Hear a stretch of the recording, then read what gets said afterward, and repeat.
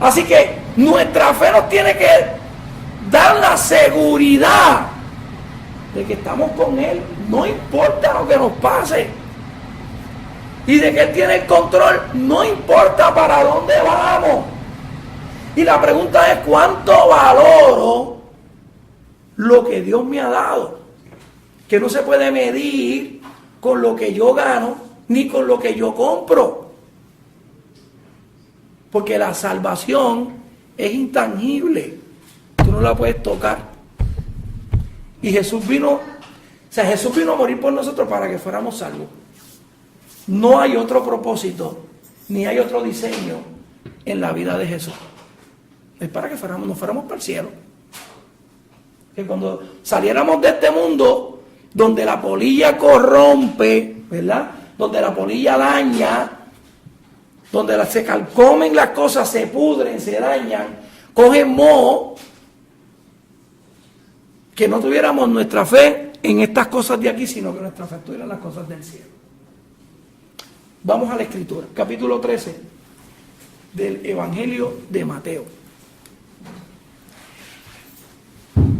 Y más que nada, yo lo traigo como una reflexión porque lo he reflexionado en mi propia vida. Lo traigo, conseguí una servilleta que tengo. También, yo cojo esta misma idea. Más que nada, es una reflexión en cuánto yo valoro la salvación. 13 del 44 en adelante. ¿Cuánto yo valoro la salvación? Mateo.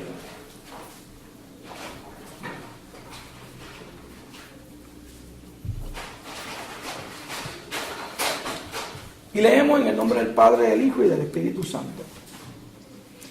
Además, el reino de los cielos es semejante a un tesoro escondido en un campo, el cual un hombre halla y lo esconde de nuevo, y gozoso por ello, va y vende todo lo que tiene y compra aquel campo. Pero también el reino de los cielos es semejante a un mercader que busca buenas perlas, que habiendo hallado una perla preciosa, fue y vendió todo lo que tenía y la compró. Padre, te damos gracias en esta mañana. Yo te pido que esta palabra marque nuestras vidas como ha marcado la mía.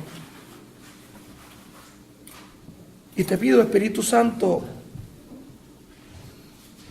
que nos hables en esta mañana los que estamos aquí hoy. Que nos pongas en justa perspectiva, Señor. En este diario vivir nuestro, donde andamos rápido, donde no nos detenemos a veces a pensar en todo el día, donde a veces ni siquiera pensamos que estás con nosotros, ni siquiera nos pasa por la mente, porque estamos tan rápido y moviéndonos tanto y haciendo tanto con tan poco tiempo, que no nos damos cuenta, Señor, del valor, no nos damos cuenta de poderte ver en nuestra vida, actuando, vivo y activo. Por eso en esta mañana presento esta palabra a Dios, pidiéndote que tú pongas en mi corazón lo que tú quieres compartir con los hermanos. Y yo poder plantear lo que tú pusiste en el mío para mí. Y que disfrutemos, Señor, de ti todos los días, donde quiera que estemos. Que podamos entender que el Evangelio no es todos los domingos. Que el Evangelio no es congregarnos, aunque es importante que lo hagamos para nuestra fe y nuestra edificación. Que el Evangelio es más que eso. El Evangelio eres tú, Señor. Que podamos comprender lo hermoso y lo precioso que es lo que tú hiciste por nosotros. Te lo pido en el nombre de tu Hijo amado y te doy gracias. Amén. Mateo, yo creo que eso lo he dicho otras veces cuando predicaba sobre el Sermón del Monte. Mateo es un libro que fue puesto en el canon del Nuevo Testamento como primer documento. La intención de la iglesia en los primeros 4 siglos fue ubicar a Mateo, porque originalmente se pensaba que Mateo primero era el evangelio más grande, era según ellos por los capítulos, ¿verdad? El evangelio más grande, que originalmente se pusieron capítulos y después se pusieron versículos, pero se habían hecho unas divisiones. Los capítulos finales que nosotros tenemos se hicieron ya prácticamente para la Edad Media, pero esos primeros capítulos que se le pusieron a los primeros documentos hacían de Mateo el documento más grande. Segundo, el documento que se pensaba que había sido el primero escrito. Y tercero, porque amarraba el Antiguo Testamento con el Nuevo Testamento. Es en Mateo donde Jesús dice: a ustedes le dijeron, y cita la ley, ahora yo les digo, y cambia la ley. Y más que cambiar la ley, lo que hace es ampliar el mandamiento, de limitarlo al pueblo de Israel, ampliarlo.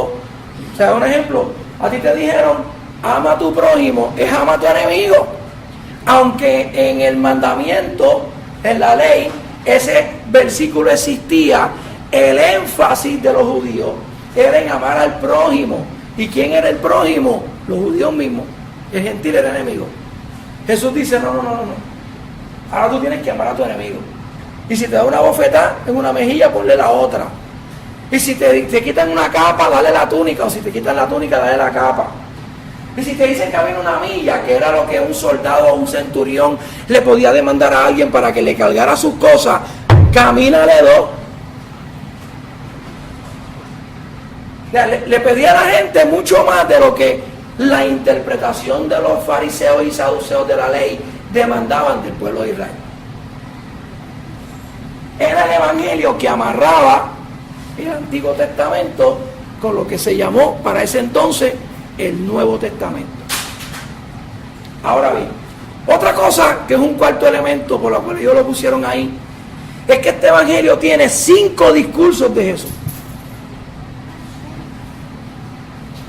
Y el evangelista los acomodó no para escribir una biografía de Jesús, sino para escribir eventos de Jesús entre cada sermón. Y tomó todos los sermones de Jesús y los convirtió en 5 sermones. Y fue acomodando los sermones como por tema. Y esto se parece mucho a los 5 libros de la ley. ¿Cómo empieza el Antiguo Testamento? Con la ley de Moisés, con el Pentateuco, término griego, que significa 5 libros. Y ese Pentateuco, que significa 5 libros, comienza el Antiguo Testamento. El Nuevo Testamento comienza con 5 sermones de Jesús. Igual que los salmos, que se dividen en 5 grupos. Y cada grupo entre la adoración judía se utilizaban para distintos tiempos en el calendario judío para establecer la adoración en el templo. Así que esto de que tenemos a Mateo al principio no es casualidad, aunque después se descubrió que Marcos fue el primer evangelio por descubrimientos arqueológicos y por unos elementos de una de las escuelas del siglo XVIII, donde se plantea que siempre el texto más corto se escribió primero que el texto ampliado. Se tiende a ampliar el texto más que a achicarlo. Para cuestión de explicar, el escriba tiende a, cuando traduce, explicar el texto, y mientras se fueron haciendo nuevos evangelios, utilizando al evangelio de Marcos, que eran los textos más cortos, los demás evangelistas a los textos de Marcos siempre le añadían para aclarar lo que el evangelista Marcos quería decir. Así que ya eso está probado, eso no es una teoría, ya es parte de lo que se basan los intérpretes a la hora de mirar un texto bíblico de los evangelios. Consideran a Marcos como el primero para ver de dónde entonces surge la ampliación y ver cómo esa comunidad que recibe ese evangelio en aquel momento, qué necesidades ellos tenían y poderlas medir. Así que Mateo quiere presentar a Cristo no solamente como el rey, sino como el gran formador, el gran maestro, el gran educador. Y plantea estos 5 sermones, y nosotros estamos discutiendo uno de los temas del segundo sermón. Para los que quieran saber cuáles son los sermones, yo los marqué. El primer sermón está del 5.1 al 7.29. Le llaman la justicia del reino. 5.1 al 7.29, para los que siempre escriben. 5.1 al 7.29, la justicia del reino, que es el sermón del monte. El segundo sermón se llama la proclamación del reino. Capítulo 10 completo. El tercer discurso o tercer sermón se llaman los misterios del reino, que es el capítulo 13 completo. Perdón, lo que vamos a tocar aquí está en el tercer discurso, no en el segundo. Dije segundo, ¿verdad? Es el tercero. Tercer discurso, misterio del reino, el capítulo 13 completo. Cuarto discurso, la comunión del reino, y es el capítulo 18 completo, los 35 versículos. Y el quinto discurso, el futuro del reino, que es el capítulo 24 y 25 de Mateo. El futuro del reino, que habla de la segunda venida de Cristo. Cristo viene, dónde debe estar nuestra fe y todo esto.